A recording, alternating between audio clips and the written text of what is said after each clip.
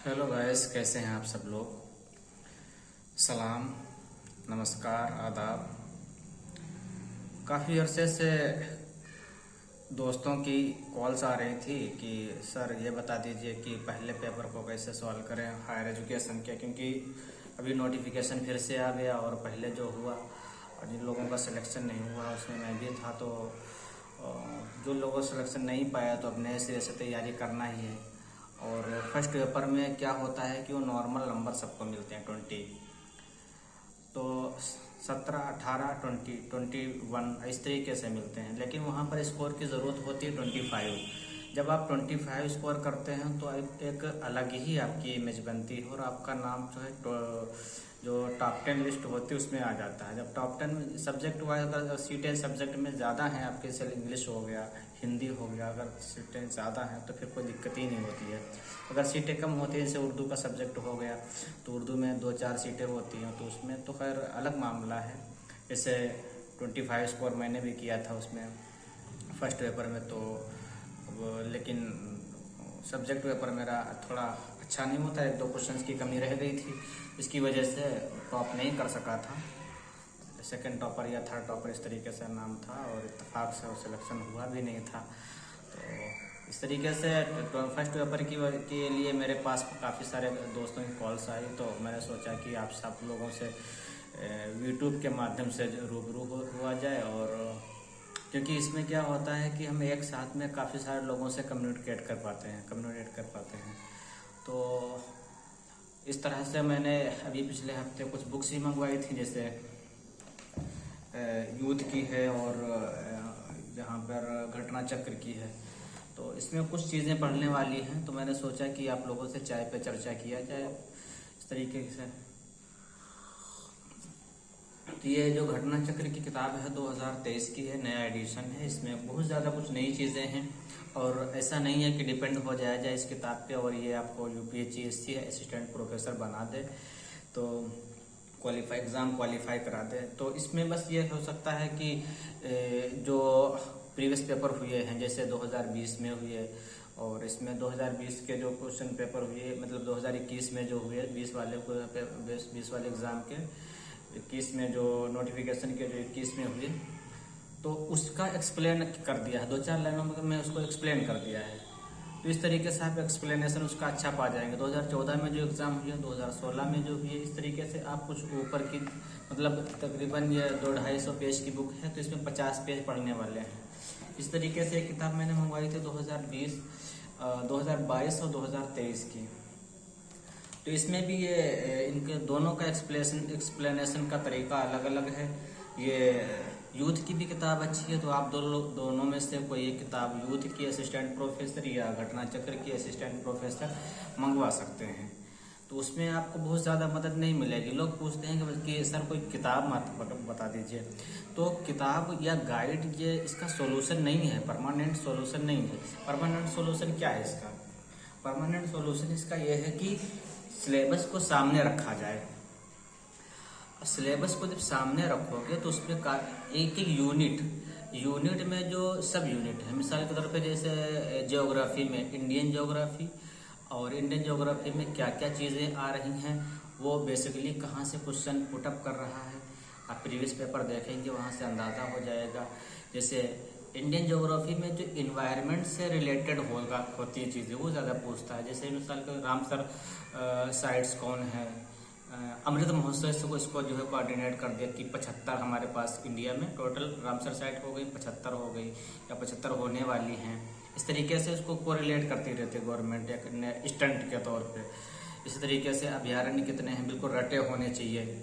राजस्थान से शुरुआत कीजिए, गुजरात उतरिए, गोवा, महाराष्ट्र, केरल, तमिलनाडु, इस तरीके से यहाँ तक के पश्चिम बंगाल, उत्तर प्रदेश, बिहार और फिर वेस्ट यूपी में भी, सॉरी नॉर्थ ईस्ट में होते हुए इस तरीके से हरियाणा, हिमाचल, इस तरीके से रटे होने चाहिए बिल्कुल बहुत अच्छे से।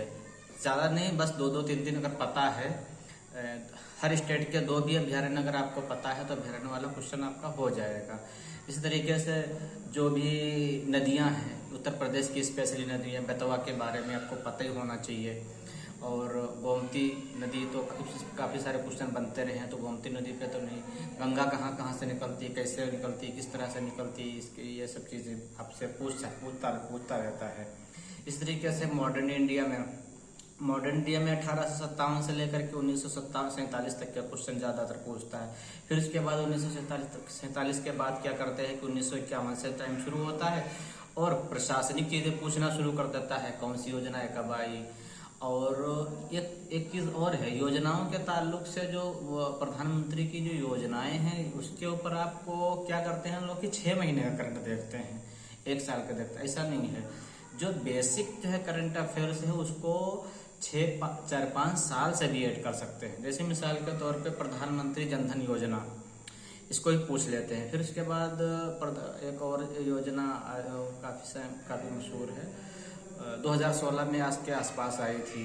तो आपको ये 5-6 योजनाओं पर तो बिल्कुल 2014 एक्यूरेट पता होना चाहिए कब आई, यूपी में कहाँ किसका इनागुरेशन हुआ।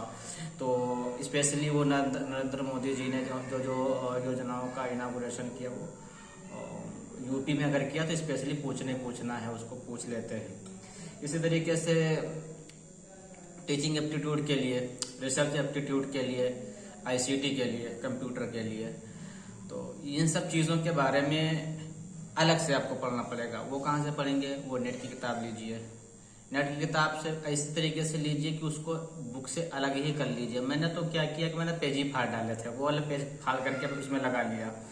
तो हर चीज़ की एक पेज फाड़ करके उसको जो लगा लिया तो हमारे पास एक बुक बन गई। वो न वो घटना चक्र है, न वो यूथ है, और ना ही वो केविस मदान, वो अपने पर्सनल बुक बन गई। इस तरीके से यूपीएससी स्पेशल हो गई समझ लीजिए।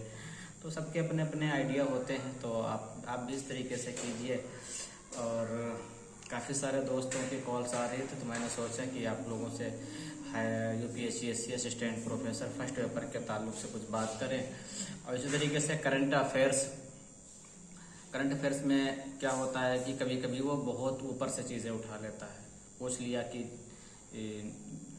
श्रावस्ती में यूनिवर्सिटी बन रही है, कौन सी बन रही है, किसके संबंध में, या बुद्धिज्म के बारे में पूछ लेता है वो श्रावस्ती और इन सब चीज़ों के जो इलाका है, ये बुद्धिज्म का इलाका है, वहाँ से क्वेश्चन आते रहते हैं। जैसे झांसी में अगर कोई यूनिवर्सिटी, मतलब यूपी के ताल्लुक से, यूपी से को रिलेट करते हुए हायर एजुकेशन को काफ़ी सारे क्वेश्चन देखने को मिलते हैं। और बहुत हार्ड नहीं होते, बहुत सिंपल से क्वेश्चन होते हैं, तो इतना ज़्यादा डीपली पढ़ने की ज़रूरत नहीं है। जैसे मान करके चलो कि ये जो कॉमनवेल्थ गेम्स आ रहे हैं, इसको एक सरसरी तौर पर देख लीजिए। NEP को ढंग से अच्छे से देख लीजिए, किसने जो है इसको सचिव इसका कौन था, कब आई, और इसका जो मेथड्स है वो क्या है, प्रिंसिपल्स इसके क्या हैं। और टीचिंग एप्टीट्यूड में तो काफ़ी कॉमन सेंस बेस्ड क्वेश्चन होते हैं कि बहरहाल उसमें करना ये होता है कि बच्चे का नुकसान नहीं होना पाए किसी भी तरह से। आपको चाइल्ड सेंटर्ड आंसर देना है, किसी भी तरह से कॉमर्शियल बेस्ड क्वेश्चन आंसर नहीं देना है, किसी भी तरह का कोई आंसर नहीं, बस बच्चे पे फोकस कीजिए, उसका नुकसान ना होने पाए, बस समझ लीजिए आपका आंसर वो सही है।